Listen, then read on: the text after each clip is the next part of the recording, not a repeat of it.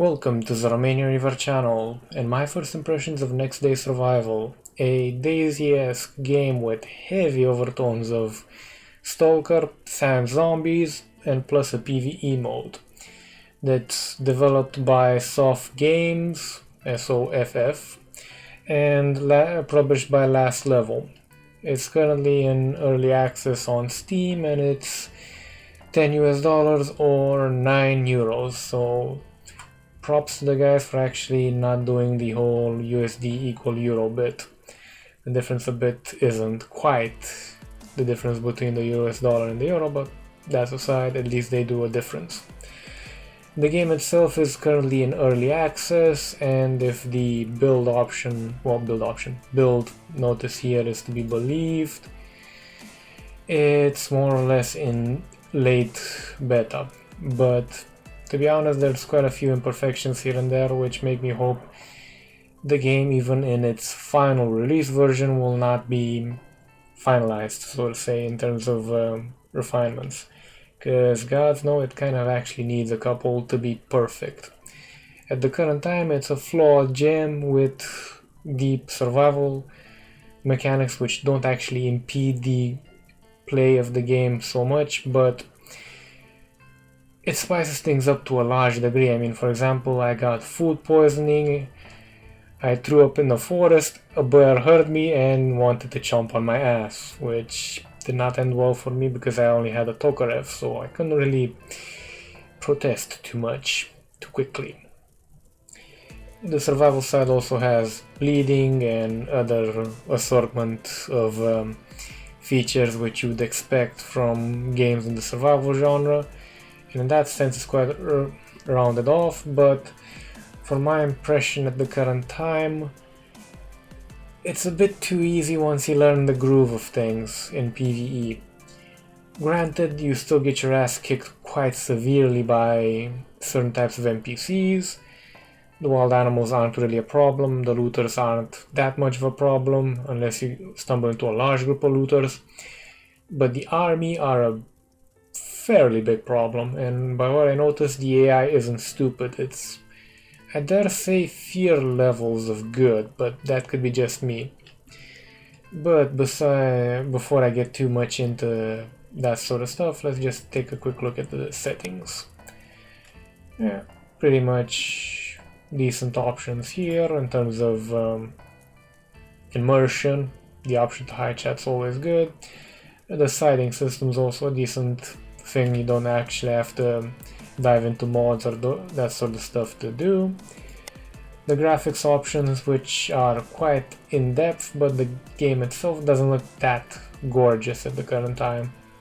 It has a lot of options and it's fairly good optimized at the current time. I haven't run into any issues running it at these settings. And at the current time recording, granted I'm only running a 1600 by 900, but that's usually my setup, and I wouldn't have any problems at 1440p even on my Fury Nitro and Xeon E3-1231V3. But yeah, the sound itself is quite well done. The directional stuff in terms of echoes and stuff like that, quite good. Reverberation's good. The voice chat could use some hefty amounts of refinement though, because a dude could be like 1 meter in front of you, talking not towards you but away from you, and you wouldn't hear jack shit, and that's not really realistic. I hope they actually bump up the volume a decent amount. The voice chat itself would also do a little bit of problems with PvP because you can be heard, so people who have private voice chat, you know, TeamSpeak, Ventrilo, Discord and so on, will have a pretty big advantage versus people who use the in-game voice over IP, pardon.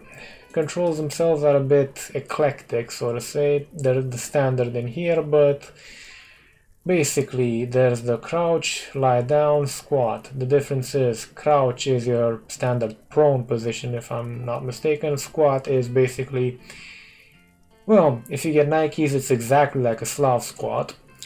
And the lie down is basically your standard lying down shooting type stuff. The lie down and crouch function pretty much exactly like DayZ and other realistic shooters, so do not expect to actually survive through all this. Sit down and squat are quite important because exhaustion is a thing in this game, so if you run too much you do get exhausted. Running a lot though levels up your stamina skill, which allows you to run more, so yeah. The game has a few RPG elements, but they're fairly light. And while the game itself has permadeath in terms of, well, not permadeath, but full loot mechanics, so if you die, you drop everything you have on you, the skills don't get tweaked down. So as much XP you have right now, if you die, you still have it afterwards. Same with levels. The full loot thing though, you have to be careful and use the NPC bank vendors, which also double as the proper vendors for ammo, food and stuff, and you can also still sell stuff to them. Pro tip, using them to basically pawn off stuff you don't need is a quick way to gain a lot of currency and gain access to better weapons and stuff like that, and also have the ability to double up on what you have by purchasing similar equipment from the store and banking it. So if you get killed and your course gets looted before you get there, you have a chance to bounce back without having to bounce back from zero, which is fairly nasty. You start off basically naked and with no weapons besides your fists. Hint I've not really used, if I'm not mistaken. There are a couple of emotes, but they're, suffice to say, quite Russian, and I can't really use besides the whole F1 bit because they're a bit nasty, but they're options. And if you are negotiating and it doesn't go your way, there are options before pulling out your weapon. Now, before I get into showing the game proper, I'll do a disclaimer, and the standard disclaimer has an additional element to it. But standard disclaimer for anybody who doesn't know, the developers gave me a review copy for the purposes of doing this video. The thing is, the developers themselves, well, the PR person, so to say, I requested only one review copy and one review copy at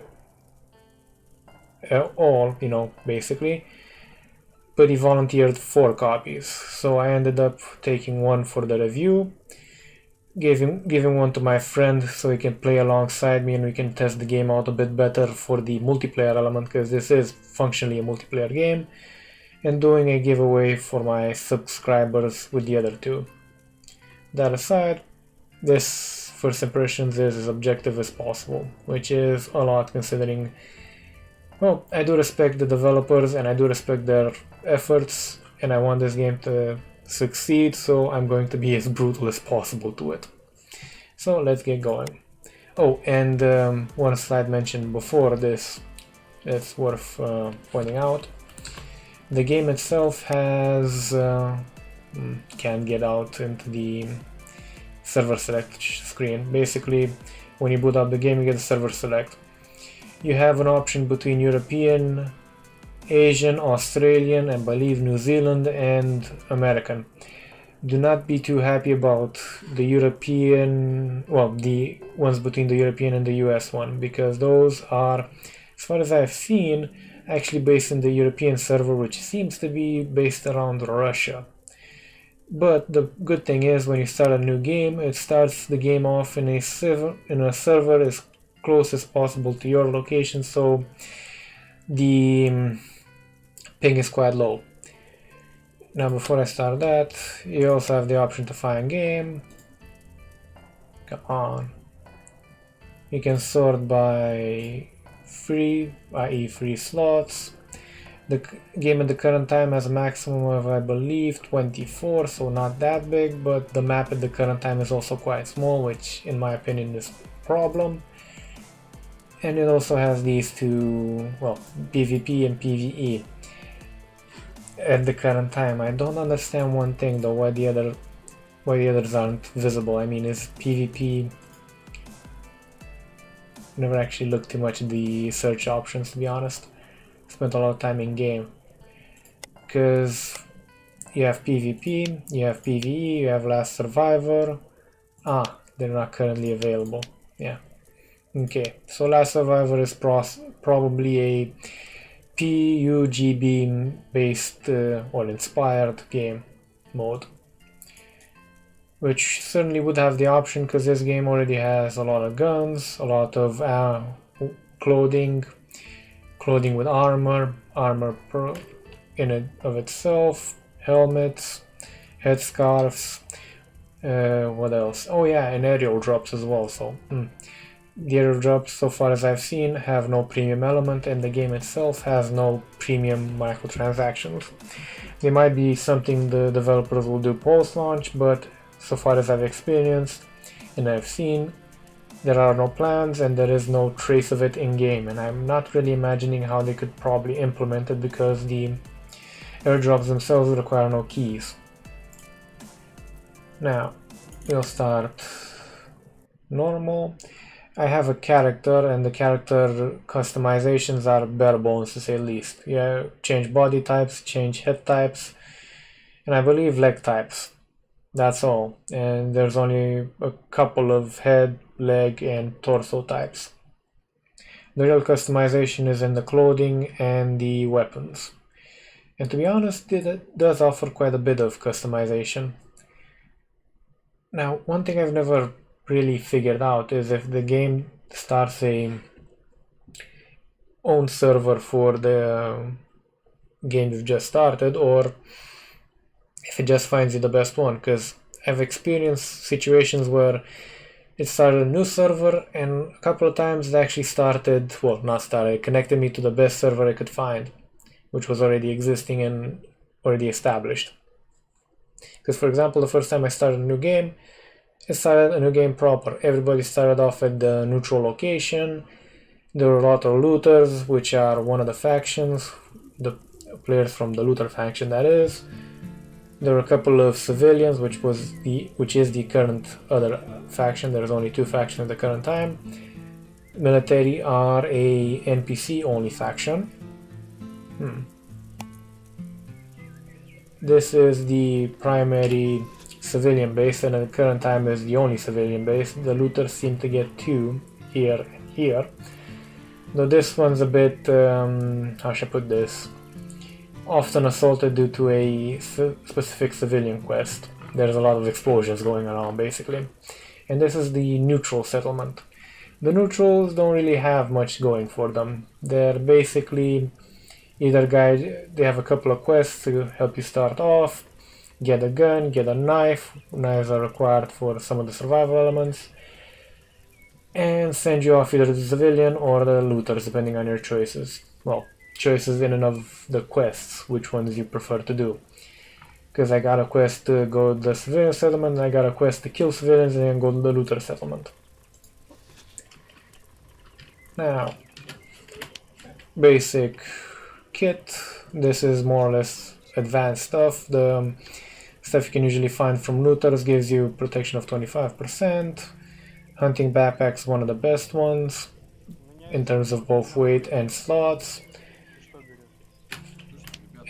At the current time, the NPCs are all voiced in Russian, so expect to hear a lot of chiki-briki.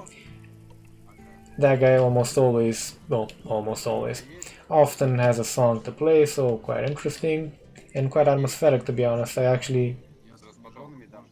We have a couple of Russians over there. By the sounds of it. Yep, a couple of Russians.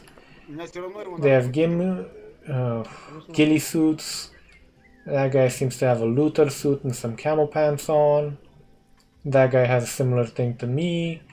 Ghillie suits are basically perfect camouflage. Even the NPCs have issues spotting you in undergrowth, so to say. What I was gonna say. but they offer next to no protection.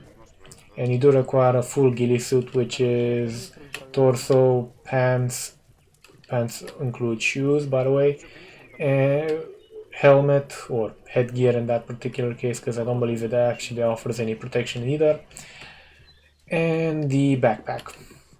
The backpack for the ghillie suit isn't that impressive, but it sells for a decent amount at the vendor, as I said. Now, in the civilian settlement, and I believe also in the looter settlement, but to a lesser degree, you have houses you can pop into and grab stuff out of. Sharpshooter shovel.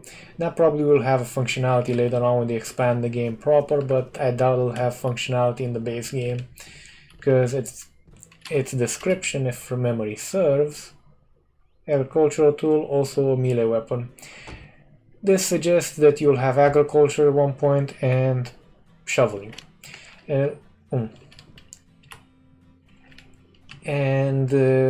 There's also an entrenchment tool, which also gives you the impression that it'll be entrenching, i.e. digging. At the current time, you can't even chop trees down.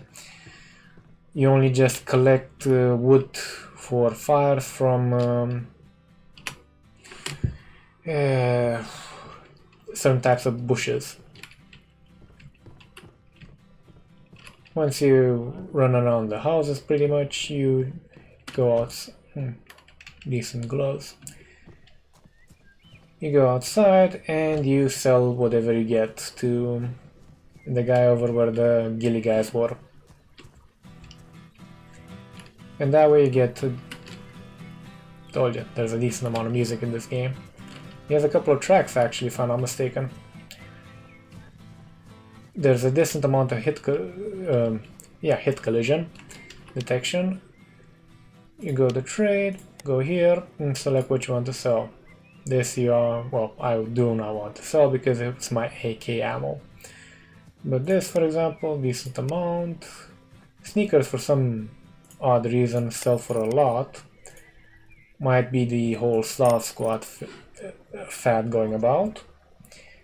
Commodon's an insect repellent. At the current time there's no insects to talk about, but the developers seem to have a plan to expand the game quite significantly in the near term. If I'm not mistaken, there's an update scheduled for a couple of weeks from now, mid-September I believe, which will add a new area.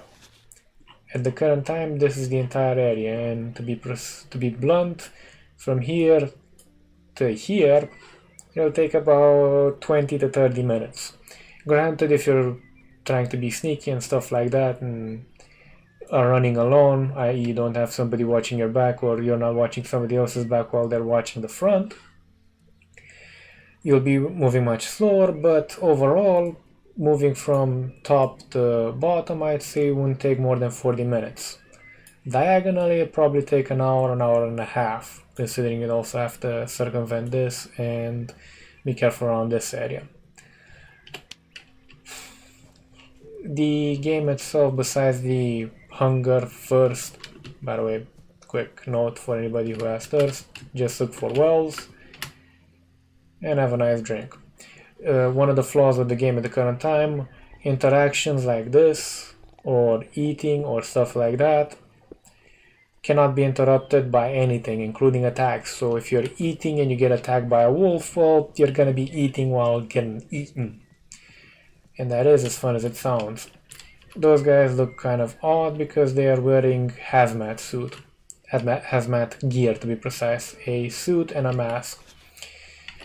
There are different skills, as I mentioned, and some of them can only be leveled up, so to say, via consumables. Like for example this, you need to consume vitamins. Immunity is quite important because diseases are quite nasty. Currently I haven't gotten any because I haven't been exposed to the cold a lot, but if the developers tweak the drop rate for clothing and weapons to be much more severe than now before launch, yeah, this is gonna be a problem. This... Thank you, my Russian comrade.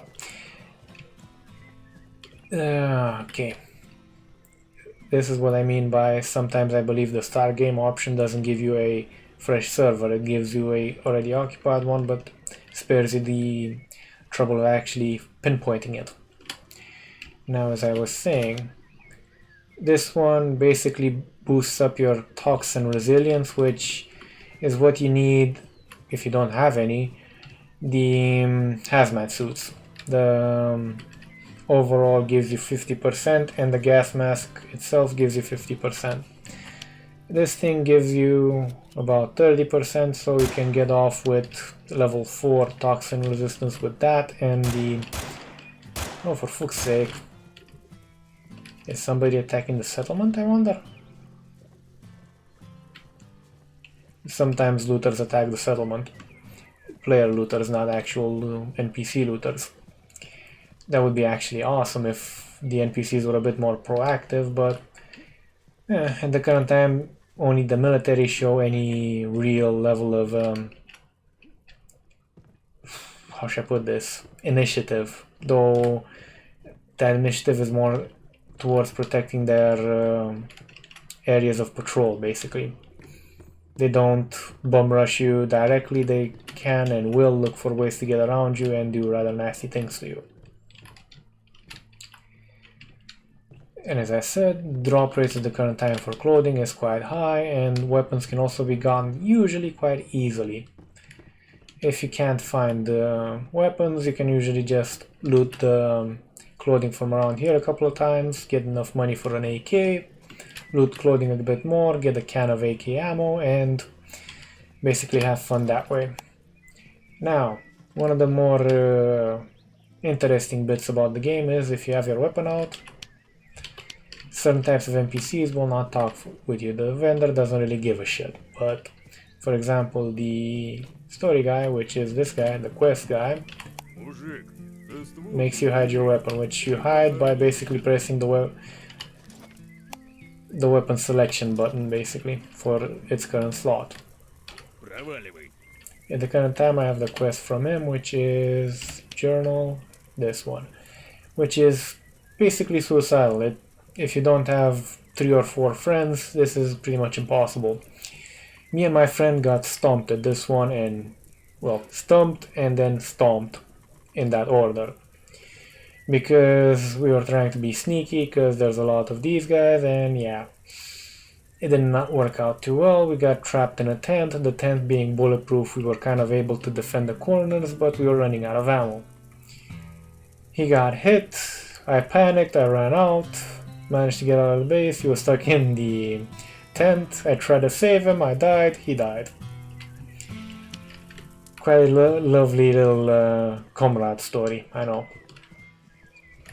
So do not take quests lightly. Some of them are piss easy, some of them are very difficult.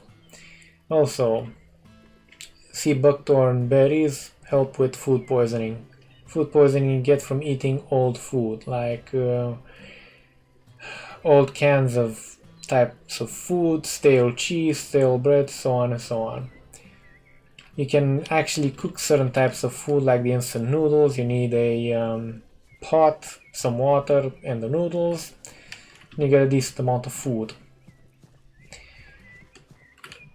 In the current time, for example, I'm hungry, so let's eat some baked potatoes. Potatoes are quite easy to get, and if you bake them, they're quite nutritious and give you a decent amount of water as well. Granted, if you're hauling a lot of stuff like I am, you'll get hungrier quicker. Or actually hungry and then hungrier quicker. Because my friend, who usually carried less stuff than I did, would be like, dude, I eat every 2 of your breaks, not every 1. Granted, that's more or less a anecdotal thing, but I do believe there is something to it. Also, sea buckthorn berries you can get from here, which is quite nice considering the only other thing I found that helps you with food poisoning is activated charcoal, or carbon if I'm not mistaken it's called in English. And that poses problems because usually the areas you find them in are looted first for these sorts of things, which are quite important for survival in combat, even in NPC or PVE heavy areas, or PvE heavy areas and PvE servers. Now, knives you need, besides the whole close combat stuff, which close combat really doesn't work all that well, the hit detection's wonky, for skinning animals, which is one of your, well, not skinning, but butchering more precisely. You can't skin them quite yet. Hopefully at one point they'll actually introduce a better crafting system so you can actually skin them and make clothing that way, but I'm dreaming, really. Which is one of your primary sources of meat, and once you cook meat, that is basically the best type of food you can get outside of certain pickled types of food, like, if I'm not mistaken, do I have any? No, I do not. I ate it. Yeah, pickled tomatoes, and I believe something else. Those give a lot of food and a lot of, how should I put this, hydration. Now, for water, you basically use either a bottle to fill, well, basically find a bottle. Usually it has some water in it, but ideally you'd want to empty that out, though currently the game doesn't have that option, and then fill it up from a well, which is a secure water source. The game itself, if I'm to be brutally honest with the developers, has a lot of things that aren't implemented but are suggested, like for example water purification devices, which are basically hand pumps, but I've not actually found any use for them because I've accidentally, more or less, drank water from toxin-ridden areas and I was perfectly okay. On the other hand, I've drunken water from bottles I just picked up and gotten food poisoning, so yeah, I believe it's possible, and God knows if the antibacterial thing is to be believed, i.e. via the immunity and vitamins bit, dysentery might also be a problem, and I believe that would be a bigger problem than food poisoning, because food poisoning passes in a couple of days. Dysentery or cholera worser, yeah. Now, besides the whole stuff like that, there's also temperature problems, which is why you need clothing and you need it pronto, because as I said, when you start buff naked nearly, well, in your undershirt and underpants, but for all intents and purposes in the game you're naked and you're cold. And at night you will freeze to death because temperatures drop below zero. Luckily the neutral zone usually has some clothing of one type or another, and you really don't care at the start, you just need clothes. It doesn't matter if you want to go for the Slav squad look or not. Now besides that, besides the whole survival, whole hinted at crafting system, you also have vehicles in this game, but how should I put this, the game engine itself, which is Unity, doesn't really handle them too well, at least in the version developers use. They seem to, I don't know, have a certain weirdness in their movements. I've seen both a car, a jeep, and a IFV, which is the best you can get in this game, which I believe was a BTR 30. If nobody knows how that looks or performs, do a quick Google. It's basically a Russian infantry fighting vehicle, which is a very nasty piece of work, especially towards infantry, but if ever the game gets tanks, which I hope it does, along with, let's say, a quadrupling of the total map size to actually make things a bit more interesting, and also add in a couple more settlements for the civilians and a couple more for looters, and possibly even some neutral towns which have more quests. Again, dreaming, because as far as I know, it's not planned, but they are saying that many things are not yet implemented, and I hope the full map is one of them. So yeah, if the IFV gets outclassed by tanks, it'll be basically the best thing you'll have for infantry work, because this, for example, is a T-72 by the side skirts T-72A. It isn't a B because it's lacking its explosive reactive armor. So this thing would have a significant amount of trouble with infantry, especially if it gets, which I believe they do. I believe the game does have an RPG at the current time. The RPG won't do much to the front of the tank, but the side of the tank, let me just, right around where my character's head is, that way, is the ammo rack. And if it's modeled realistically, if an RPG hits there, right underneath the track, it's by tank. It'll go up like a Roman torch. The later versions of the T-72 fixed that problem, but this one, no. The game itself, the storylines, it's hinted at, but the translations aren't there yet, and I don't believe the story is introduced completely either. I suspect there will be a intro cinematic to give you an idea what sort of disaster happened, that you're basically in a fictional Eastern European country with a deep Russian bent, and everything's gone to hell and back, with civilians basically banding together and looters banding together, and I've seen some mentions of a disaster and the military going hostile for some reason, but I've not been able to pass that quest, and I've not been able to discern if there's anything beyond this point in terms of storyline. There is a storyline, but yeah, as I said, it's unknown. One thing to mention though, for anybody who goes civilian, this road has a couple of looters somewhere around there, I believe. And they will kill you if you don't have an AK-47 and you're not ready for them. There's a couple of areas you can take cover in, and if you kill them you get a decent amount of loot. But my advice is to start off with, head from the neutral to Kvashino. These two buildings here are empty. There's a couple of civilians on the corner here, so you don't need to panic. They're always friendly.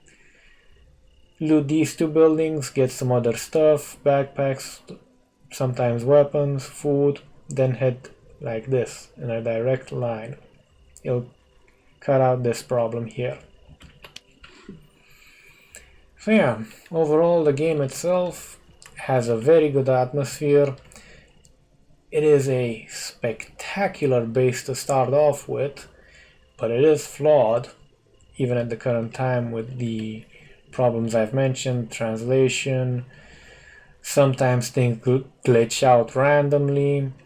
The optimization is good, but for some reasons at certain times the server doesn't load properly and takes a couple of minutes for everything around you to load properly, but the world itself loads properly, the players themselves don't. So in PvE that's not a problem, because looters can't shoot you, the player ones I mean, so you don't really care if you don't know what they have in terms of equipment. But in PvP that could be a very big problem, so you could be stuck in the settlement waiting a good couple of minutes for the players around you to load.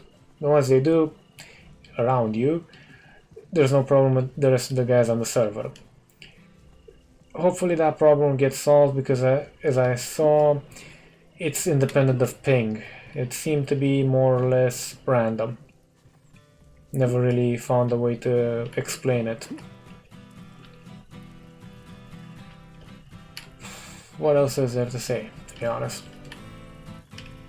For 10 euros, well not 10 euros, 9 euros and 10 US dollars, to be honest, DayZ couldn't even compete with this. And DayZ, even the mod with all its beauty, kind of lacks some of the charm of this game, to be honest. Because yeah, the looters are pushovers once you learn how to deal with them, but the military are very well equipped and the AI seems to be very competent.